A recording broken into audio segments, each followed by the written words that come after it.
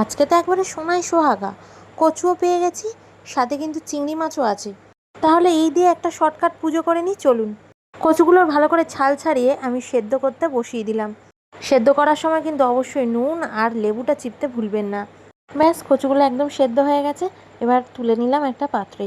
কড়াইতে তেল দিয়ে তার মধ্যে তেলটা গরম হতেই আলুগুলো ভেজে নেব। সাথে চিংড়ি মাছগুলোকেও ভালো করে একদম দাড়ি গোপ একদম ছিঁড়ে দিয়েছি। এবার নুন হলুদ মাখিয়ে রেখে দেবো।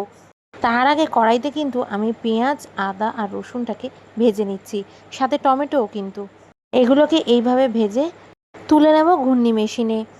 ব্যাস, ঢালা হয়ে গেল। এবার ভালো করে পিষে ফেলুন। এদিকে নুন আর হলুদ একদম সুন্দর করে আমি সুন্দরীর গায়ে লাগিয়ে দিয়েছি। এইভাবে ভাজতে ভাজতে দেখবেন কি সুন্দর করে গুটিয়ে গেছে। চিংড়ি মাছ ভাজা কমপ্লিট, আর একটু তেল দিয়ে দিলাম। এবার সেদ্ধ করে নেওয়া কচুটাকে কিন্তু খুব ভালো করে ভেজে নেব। ভাজা হয়ে গেলে এটাকেও একটা পাত্রে তুলে নিচ্ছি।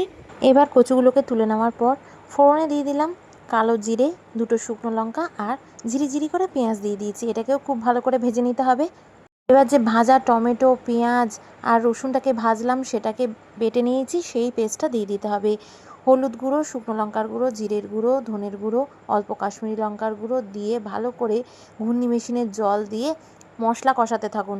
মশলাগুলো দেওয়ার পরে অল্প অল্প জল দিয়ে কিন্তু ভালো করে কষাতে হবে। 2-3 মিনিট কষানোর পরে ভেজে নেওয়া আলু, কচু আর চিংড়ি মাছটা দিয়ে দিতে হবে। ব্যাস, এবার সব মাখামাখি হয়ে গেল। ব্যাস, একটু সেদ্ধ হতে টাইম দিন, তার জন্য জল দিয়ে দিন। জলটা দিয়ে পরিমাণ মতো নুন দিয়ে ঢাকা দিয়ে রান্না করুন। এবার চিনিটাও দিয়ে দিলাম, ভগবান জানে এটা কি। ব্যাস, আর একটু ঢাকনা দিন সেদ্ধ হওয়ার জন্য। দেখে নিন সব নরম হয়ে গেছে কিনা, তাহলে নাবানোর আগে অল্প কুচিয়ে রাখা ধনেপাতা দিয়ে নাবিয়ে ফেলুন। যদি আর কোনো আইটেম বানানোর থাকে বানান, নাহলে এই আমার মতো একটা তরকারিই বানান। এবারে এই এক তরকারি দিয়ে ভাত নিয়ে কিন্তু বসে পড়লাম ঝপ করে।